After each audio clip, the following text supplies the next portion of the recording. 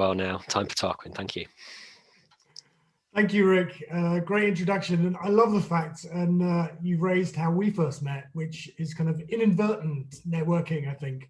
But it just shows that 6, 7 years on, maybe even 8 years on, how those connections can run and run. So part of what I will talk through today, many of you will know, it's not, it's not a surprise that it follows a similar format to face-to-face, but I'm really missing face-to-face contact. It's something I really enjoy, and it's something that, as Rick said, has been part of my world for a long time.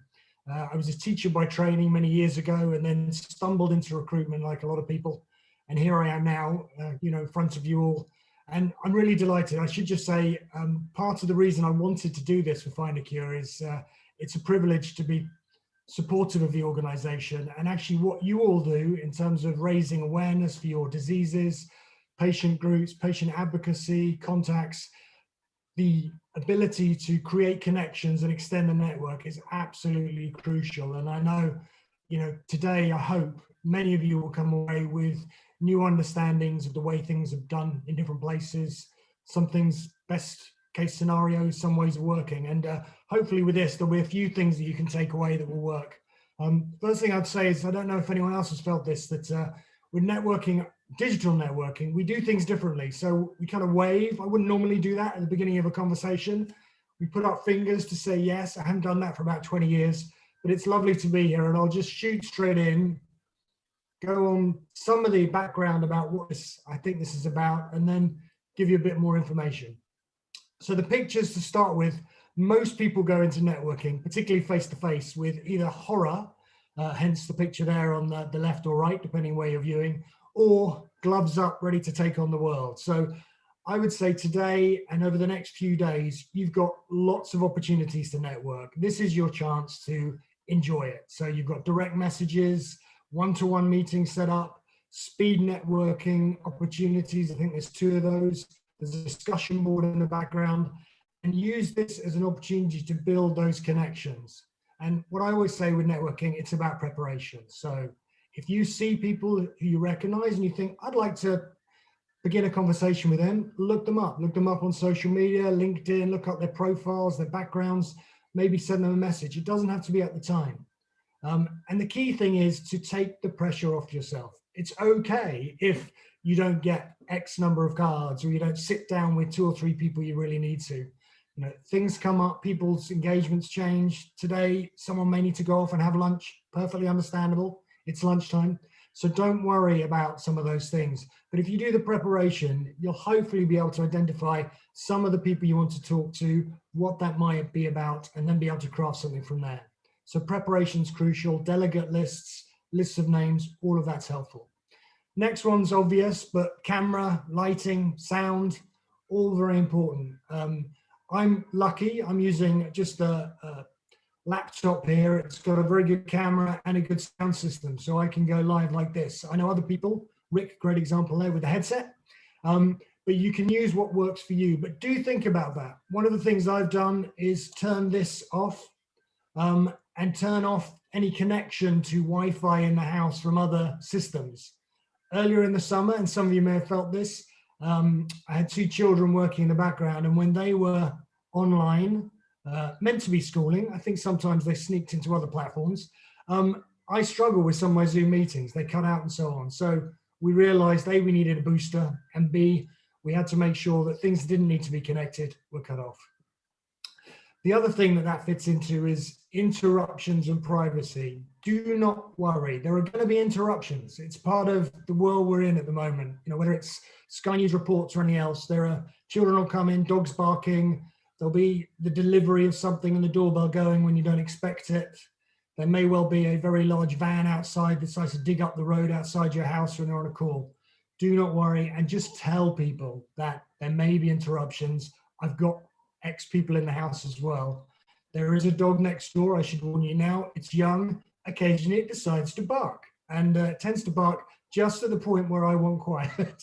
So if you hear a bark, don't panic. The other thing that fits in that is the appearance. You will notice in the background, neatly hung in the background, is my Find a Cure t-shirt from the half marathon I did a few years ago. but what image do you want to create? You may want to go low key because the people you're meeting with will be the same. You may want to dress it up. In some cases, you may even want to put a shirt and tie on. So just give that some thought in advance, particularly who you're meeting with. And if you're dealing with someone in the corporate world, and it might be related to clinical studies or some sort of deal, you might think, actually, you know what, in this occasion, I'm going to change the corporate background, maybe mute things in the background and have a different look. So give that some thought. And then, as Rick perfectly illustrated earlier, the mute button. This is the key to all fun on Zoom and team calls. Just be aware before you ask that question, am I on mute? And indeed, am I on mute when I'm just sneaking off and turning off the camera to make a cup of tea and putting that on in the background? So just be aware of that. I've had a lot of fun over the last 6 months with mute buttons being left on or left off inappropriately. In fact, you may have seen some stuff in the press at the weekend about a certain ex-prime minister forgetting to turn off his mic and phone when he was rearranging his bookshelf, no less. What do you do on your call? So here we are now, we're on the call. The first one is agility. Just be prepared that it might be different from what you're used to. If you're in an audience and you meet someone afterwards, you can go off, have a cup of tea, have a chat, and just have a discreet conversation. In this sort of environment, it feels slightly restricted. So it's okay to stand up. It's okay to walk around. It might be okay to say, I hope you don't mind, but the doorbell has gone for the 3rd time. I really need to get that. Is that okay? So be prepared.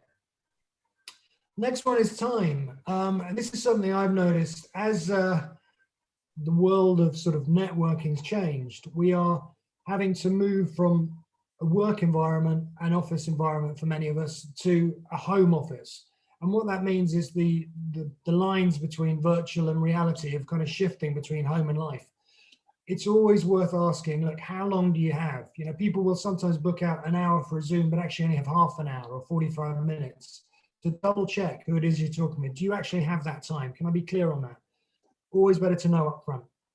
And what nicely follows from that is, if you know the time and the object and you've done your preparation about the call, are you going to do your big elevator pitch? Are you ready for your speed networking that I know Rick's got in store for you, where you're going to have your 30-second pitch about what you do, what you're trying to get across, the messages you're trying to represent for the patient group you're involved with, and so on. But also you might want to say, you know what, and I heard this from a VC lady recently, and it was great. She said she's so tired of the formality of it. She will say, can we just have a coffee chat now? And then literally out will come the coffee, and the conversation will become much more relaxed. It's okay to segue into a warmer discussion rather than being caught in the confines of this rather compressed space. The other thing to remember, thankfully not the case at the showcase, but it is the case at many conferences and things, very often people are there to sell their own wares, whatever they might be. And it might be, whether it's industry or similar.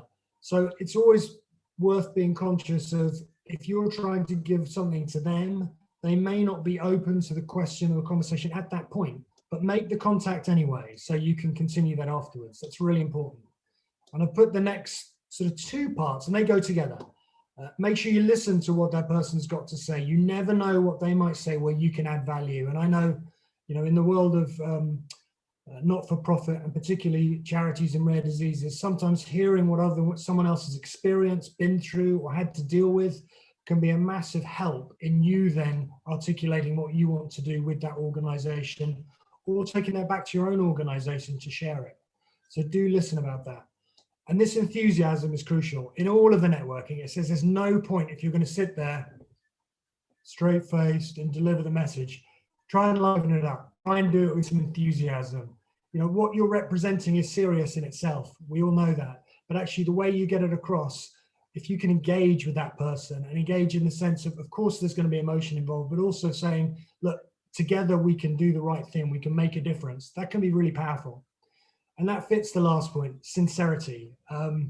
It's too easy at networking to have, and the image I've got there of the guy doing this, the sort of, I'm here to get something from you, get something out. And actually, if you do have a natural connection, you may well find that it's not just about what you're discussing. It's an interest you have outside of the area. It's a conversation you have later. I noticed Alan Thomas is there from Ataxia. Alan may not remember, but as a taffy myself, we've discussed Welsh rugby a few times in the past.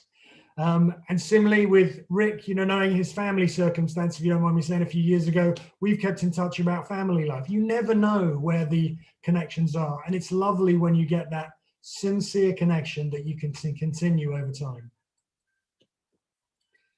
Okay, and now into the third slide. Are you ready? So this was me on the half marathon, by the way. And that's me waving in the background, a little bit overconfident, I should point out. It didn't quite go as I planned, but there I was giving it that.